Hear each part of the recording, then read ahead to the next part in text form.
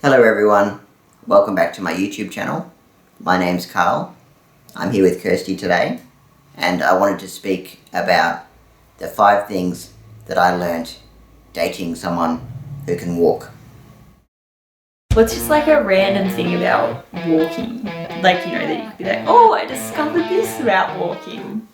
The first thing that I learnt is walking around all the time must be really tiring.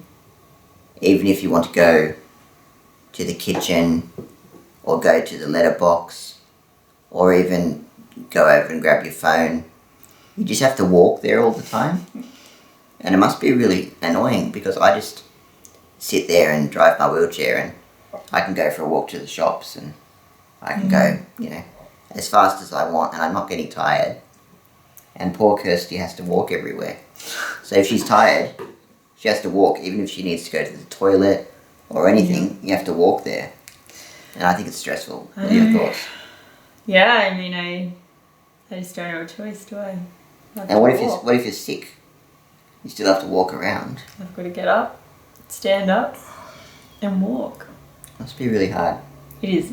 It's a hard life, I'd say. Walking, yeah. Yeah. You do on anyone. You do really well, you manage it really well. Thank you. Yeah.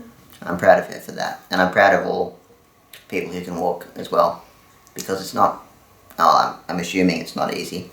The second thing that I learned about people who can walk is the fact that whenever they want to have a nap, they pretty much can. So when I get up in the morning, I go through my routine and I get in my wheelchair and then I'm pretty much stuck in my wheelchair until I go back to bed at night. Whereas people who can walk, they can decide to get into bed or lie on the couch or do anything just pretty much instantaneously. And they can have naps and they can have a stretch. Whereas I can only nap really at night time, which is what people commonly call sleep, yeah. So I'm actually really jealous of that. So people who walk are really lucky in that respect. Yeah. But also, I don't actually nap that much. It might sound like I nap all the time, but I don't. I've been recently because we got a puppy, so I'm awake half the night. But other than that, I don't nap. I do really get jealous about people who can nap all the time. The third thing that I learned about dating someone who can walk is just how easy people have it when they're navigating tight spaces or new spaces or different terrain. So when I'm going around, the world, going over bumps, trying to get from A to B, I have to be very careful about making sure I don't go over very big bumps or hit a pothole. Or if I'm in a shopping centre, I have to make sure that I don't run over this poor little child running around or run over the bit of yogurt that's fallen on the floor. And this has become increasingly problematic at the moment because we've got our puppy Oscar and his toys are literally thrown everywhere on the floor, and it makes it really difficult for me because I can't really run over them without ruining them or scratching my carpet or scratching the floorboards. And Kirsty, who obviously can walk, can just easily walk over them and not even realise that there's a puppy pad in the doorway, meaning I can't get my smoothie and have a drink and I'm stuck there until someone can help. So yeah, not a fan of that. What are your thoughts? I think that what Carl said sort of makes it sound like I'm a bit negligent, but I'm actually not. Oscar puts the toys there, not me, and I do move them if they're in Carl's way. I wouldn't say negligent, but I perhaps would say a bit oblivious. And I think in the supermarket, I walk quite fast, so I've left Carl in another aisle and he's trying to get past because there's 2 people in the aisle and a trolley and he's got to go around and then he can't find me again. Yeah, it's tricky. So that's one thing I learned about dating someone who can walk. They've got it really easy when they're trying to navigate terrain. The fourth thing that I learned about those who walk from dating somebody who walks took me a while to realise this, but people who actually walk pretty much do it automatically. So they don't actually think about really walking. They just get up and automatically their feet start moving. And I'm like, whoa, that's really impressive. And I didn't know that was a real thing until I started dating Kirsty and realised that she doesn't actually have to concentrate when she walks. So sometimes I try and walk and I concentrate really hard and I can't do it. And people who do walk, and you, Kirsty, you can just do it without actually thinking about it. So when I was little, I used to have a walking frame, and I was really supported in that walking frame, and I had things holding my legs in the right spot and straps so I didn't fall out.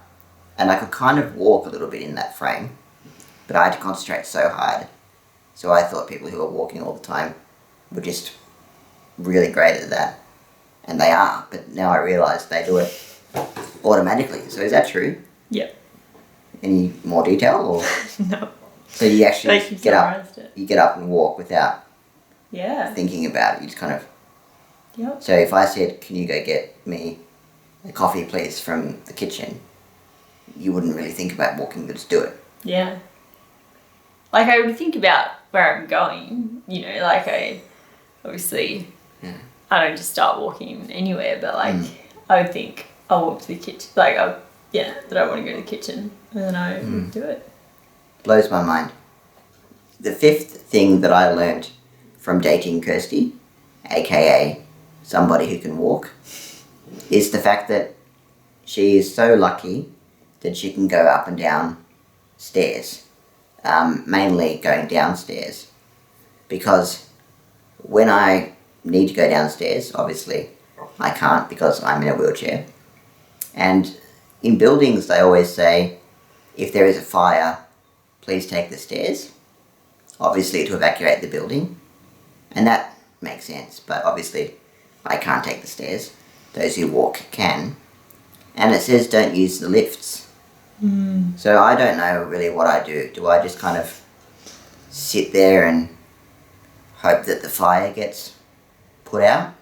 I don't know, but I'm really jealous, I suppose, of Kirsty's ability to go downstairs, and I suppose more generally being able to get up steps is useful, because that's one thing that's really annoying about using a wheelchair when you can't get into a building because there's no wheelchair access.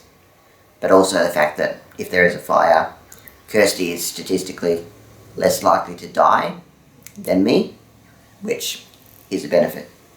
Although, like when I'm with you, it's probably the same statistics. Depends if you abandon me or not when the fire comes. Yeah, which I wouldn't do. Haven't really tested that yet, but hopefully we won't have to. Yeah. Mm. But yeah, I would get someone to help carry you. So I'd save you. Thanks. Yeah. So there you have it. There are 5 things that I learnt from dating somebody who can walk, specifically dating Kirsty.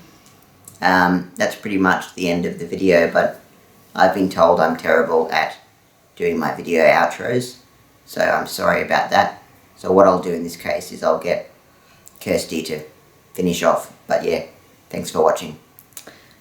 So please like and subscribe so that Carl stops going on about it and stops asking me to tell my friends to do it, and get me to post it on Facebook. Sorry. Thanks. Bye. Just a quick PSA. Actually, not being able to walk is not a bad thing. I'm actually living a pretty good life, and I actually love my life. So the fact that I can't walk is actually not a big deal. So yeah, just thought I would say that to clear up any confusion.